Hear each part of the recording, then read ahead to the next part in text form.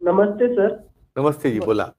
पुरुषातील लिंगाचे आकार किती प्रकारचे असतात आणि नॉर्मल लिंगाचा साईज काय असतो त्याबद्दल सांगा.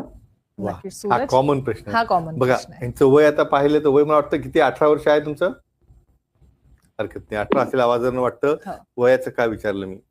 बघा, वयाप्रमाणे देखील जशी उंची वाढते तसा आकारात बदल होत असतो. बरं. मग लहानपणी किती असेल, adolescent मध्ये किती असेल आणि adult मध्ये किती असेल, हेही महत्वाचे सांगूया आपण. खरं.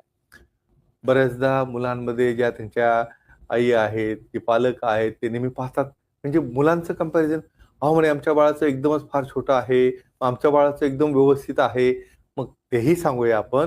आणि ह्या 21 प्रकारामध्ये कुठं-कुठं ते मोडतात तेही सांगणार आहे. इन्फंट म्हणजे जन्मल्याबरोबर ते कमीत कमी 1.5 इंचाचं असलं पाहिजे. स्ट्रेच पेनाइल लेंथ म्हणजे असं पाहून कळत नाही, कारण ते बऱ्याचदा फॅटमध्ये रुतलेलं असतं, आकुंचन पावलेलं असतं.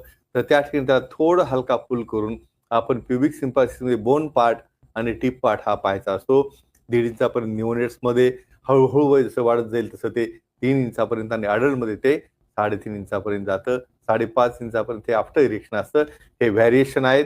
हे सर्वांना एक बेसिक नॉलेज म्हणून का माहीत पाहिजे, की प्रथम तुम्ही स्वतः डॉक्टर आहात, कारण पहिले तुम्हीच तुम्हाला तुम्हीच, पाहता बरोबर. आणि प्रेझेंटेशन करून मग डॉक्टरचा रोल येतो. खरं. म्हणून काही जण प्रेझेंट न होता आपोआप लाजून बुजून बसतात आणि मग त्यांना लग्नानंतर प्रॉब्लेम येतात. खरं. आपण बऱ्याच गोष्टी पाहतो, अनबन होणं, भांडणं होणं किंवा बऱ्याचदा सेपरेशन पर्यंत Yes. हा विषय येऊ शकतो. म्हणून तर हा मंच आपण उभारलेला आहे. नक्कीच.